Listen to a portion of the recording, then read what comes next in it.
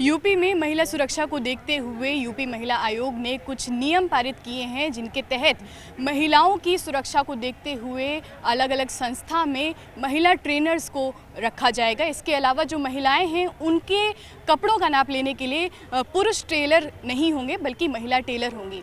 हम इस वक्त लखनऊ विश्वविद्यालय में, हमारे साथ कुछ छात्र मौजूद हैं। इनसे जानेंगे कि इन नियमों पर इनकी क्या प्रतिक्रिया है, किस तरह से ये इन नियमों को देखते हैं। महिला सुरक्षा को लेकर महिला आयोग ने कुछ नियम बताए हैं, अभी शासन की ओर से उनको पास होना बाकी है। आपको क्या लगता है कि ये नियम कितना ज़रूरी हैं, और आपने जो नियम देखे उसके अनुसार आपका क्या व्यू पॉइंट है, ऐसा होना चाहिए या नहीं? देखिए, नियम तो अच्छा है क्योंकि लड़कियों की सिक्योरिटी और उनका जो एक्सपीरियंस है वो कहीं ना कहीं बहुत मैटर करता है।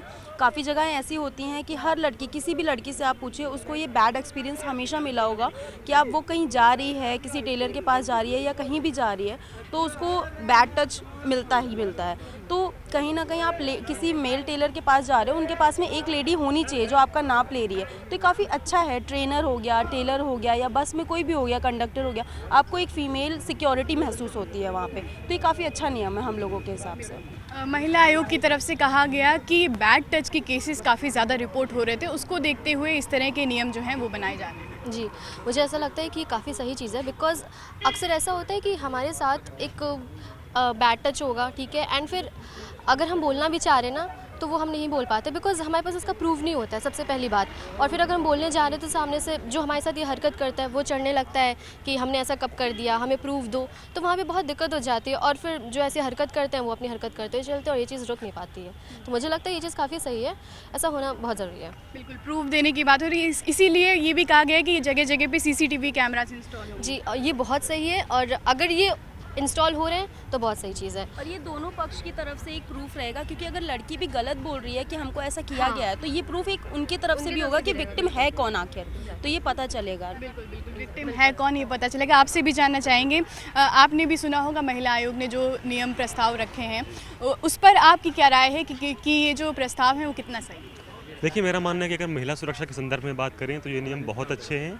और अब जैसे आपने कहा कि जो जिम में या जो टेलर्स वगैरह हैं वो लेडीज़ टेलर से नाप लेंगी, और आज के समय में बहुत सारे जो टेलर्स हैं वो जेंट्स हैं, मेल्स हैं। तो इस तरह से हमको कम से कम लेडीज़ टेलर्स को सामने आने का मौका मिलेगा, उनको एम्प्लॉयमेंट मिलेगा जिम्स में, योगा सेंटर्स में और टेलर्स वगैरह की शॉप में। तो इससे एक अच्छा काम ये भी होगा कि महिलाओं को एक मौका मिलेगा, उनको एम्प्लॉयमेंट मिलेगा थोड़ा सा।